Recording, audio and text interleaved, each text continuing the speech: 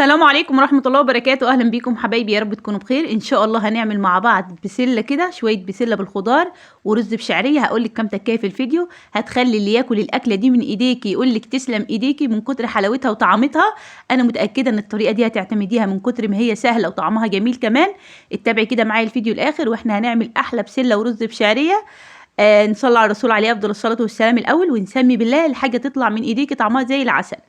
أنا هنا هبدأ معايا طبعا هحط عليها فراخ. لو انت حابة تعمليها من غير اي لحوم عادي، او هتعمليها بلحمة او بصدور فراخ، دول كده صدور فراخ مقطعاه مكعبات. الخضار بقى اللي هحطه معايا على البسلة، معايا هنا الجزرتين، وحدتين من الكوسة، 3 بطاطسات حجم صغير، والفلفلايه اللي شفتوها معايا، و3 بصلات. معايا هنا كيلو بسلة بعد ما قشرته. اللهم صل وسلم على سيدنا محمد. دي كده شوربة، شوربة فراخ، بس شوربة فراخ بلدي تلاقيها دسمة معايا. عصير الطماطم، هقولك دلوقتي سر من اسرار عصير الطماطم اللي يخليه معاكي قوامه تقيل كده واخد اللون الاحمر الجميل من غير ما تستخدمي صلصة. اللهم صل وسلم على سيدنا محمد. معايا معلقة من هريسة الشطة حراقة عاملاها معاكم، اللي قلت لكم هنستخدمها للخضار. معايا هنا فلفل اسود، ملح، كمون، كزبرة، 7 بهارات. شوية صغيرين دول خالص قرفة هيفرقوا معاكي في الطعم. دول من ضمن كده التكات. 4-5 فصوص من التوم. تعالوا بقى نبدأ الطريقة.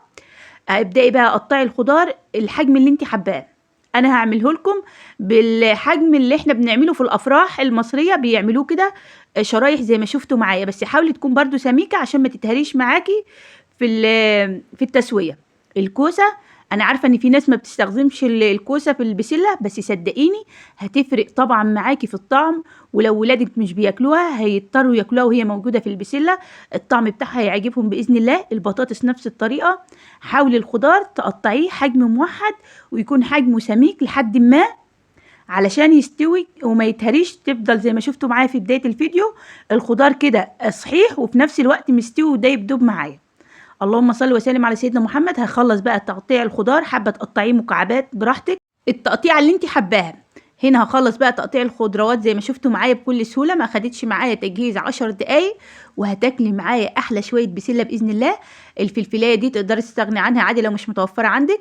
هبدا بقى كده البصل برضو مش هفرمه ناعم، هخليه. هتشوفوا معايا دلوقتي برضو البصل، وانا استخدمت 3 بطاطسات حجم وسط، او تستخدمي بطاطسية كبيرة.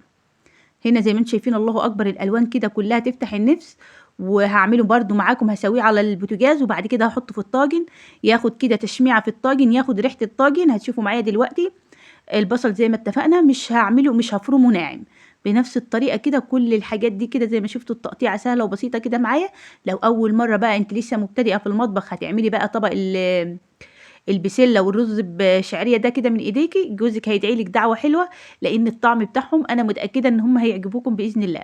ولو وصلتم لغايه هنا في الفيديو ما تنسوش تضغطوا لايك وشير علشان يوصلكم مني كل جديد ان شاء الله. حل على النار، معلقه سمنه، و3-4 معالق من الزيت، علشان خاطر اشوح معاكم صدور الفراخ. اول حاجه كده هنبدا بيها صدور الفراخ، والنار اهم حاجه تكون عاليه علشان صدور الفراخ ما تنزلش معاكي ميه لو انت مهديه النار. اعلى عين عندك على البوتاجاز وابدأي شوحيهم، مش هياخدوا معاكي تشويح على النار 10 دقايق، هيكونوا خدوا اللون الاحمر اللي هتشوفوه معايا المطلوب. بتفرق صدقيني بقى والله. ما انا عاوزه اقولك ان هي اجمل من اللحمه. صدور الفراخ كانت دايبه دوب في البسله، والطعم بتاعها كان زي العسل. هنا زي ما انتم شايفين معايا هدي رشه فلفل اسود زي ما احنا متعودين.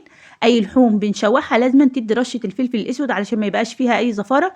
طبعا انا غسلاها كويس بالخل والليمون ومعلقه الدقيق. ولو عندك كمان القشر بتاع اليوسفي بتضربيه في الخلاط وبتصفيه، اهم حاجه تصفيه عشان القشر بتاعه بيلزق في اللحوم وبيديكي نتيجه اجمل من الليمون كمان. تقدري دلوقتي اليوسفي موجود، تقدري، او ناس بتقول عليه السفندي حسب ما بتسميه، تاخدي القشر بتاعه تغسليه كويس وتضربيه في الخلاط وتصفيه وتحطيه في مكعبات التلج في الفريزر او في اكياس كده، بينفع معاكي قوي تغسلي بيه اللحوم في العموم، وتغسلي بيه السمك، ما بيخليش معاكي اي زفاره خالص. هنا بقى خلصت تشويحه صدور الفراخ. بعد كده بقى هنزل بالبصل، ولو حسيتي ان انت محتاجه شويه زيت، زودي شويه. وبعد كده نزلت بالثوم، مش هحمر بقى البصله والثوم. اول ما تشم ريحه البصله، تشويحه لون اصفر كده خفيف، اول ما تشم ريحه البصله قصدي التومه، انزلي بقى بالهريسه الشطه.